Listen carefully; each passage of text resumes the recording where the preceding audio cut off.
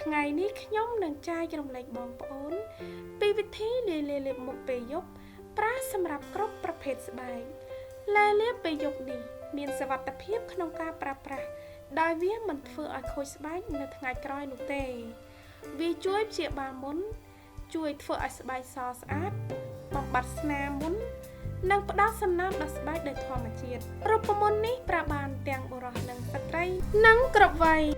តោះតើមើលពីរបៀបធ្វើទាំងអស់គ្នាគ្រឿងផ្សំមានដូចជាម្សៅរមៀតកតទីប៊ីយ៉ុងអូឡេសេរ៉ូមប្រទាលកន្ទុយក្រពើនិងចុងក្រោយខ្លោងសម្រាប់ដាក់លេដំបូងយើងត្រូវដាក់ម្សៅរមៀតមួយប្រអប់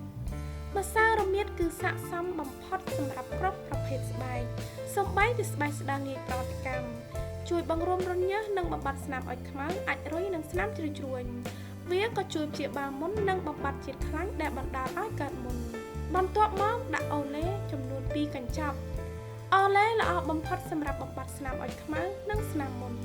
ជួយឲ្យស្បែកសជាងមុនដោយកាត់បន្ថយជាតិមេឡានីនដែលមាននៅលើស្បែកត្រូវប្រាកដថា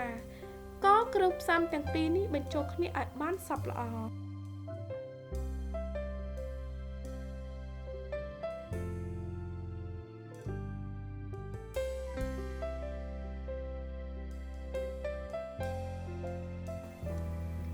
បន្ទាប់មកដាក់កតទីប៊ីយ៉ុងមួយទីបកតទីប៊ីយ៉ុងមានប្រសិទ្ធភាពក្នុងការព្យាបាលដូចជាជំងឺសើស្បែកជំងឺរលាកនិងជំងឺអាឡែស៊ីវាក៏ជួយព្យាបាលមុនគ្រប់ប្រភេទផងដែរបន្ទាប់មកដាក់សេរ៉ូមប្រទាលកន្ទុយក្រពើមួយស្លាបព្រាបាយសេរ៉ូមប្រទាលកន្ទុយក្រពើជួយបំប៉នស្បែកនិងព្យាបាលមុន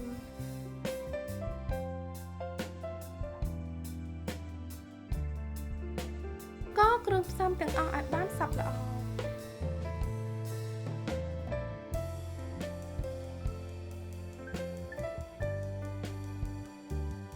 លាយលាបមុខរបស់យើងគឺបានរួចរាល់ក្នុងការប្រើប្រាស់បងប្អូនអាចដាក់ក្នុងខ្លោងនិងទុកប្រើប្រាស់បានយូររហូតដល់ទៅ2ខែ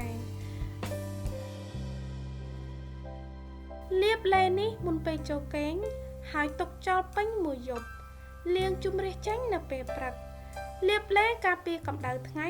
ឬលេផ្ដល់សំណើមដូចរាល់ដងត្រូវប្រាកដថាបងប្អូនលាងមុខឲ្យបានស្អាតមុនពេលលាបលេពេលយប់នេះប្រើលេនេះរាល់ថ្ងៃបងប្អូននឹងទទួលបានស្បែកដែលសមត់រលោងនិងភ្លឺថ្លាដោយបន្តប្រើវាជាប្រចាំសូមឲ្យវីដេអូនេះមានអត្ថប្រយោជន៍សម្រាប់បងប្អូនសូមចុចលើផ្ទាំងវីដេអូខាងលើដើម្បីមើលរូបមន្តនិងគន្លឹះបន្ថែមទៀតសូមអរគុណសម្រាប់ការទស្សនាខ្ញុំនឹងជួបបងប្អូននៅវីដេអូបន្ទាប់ទៀត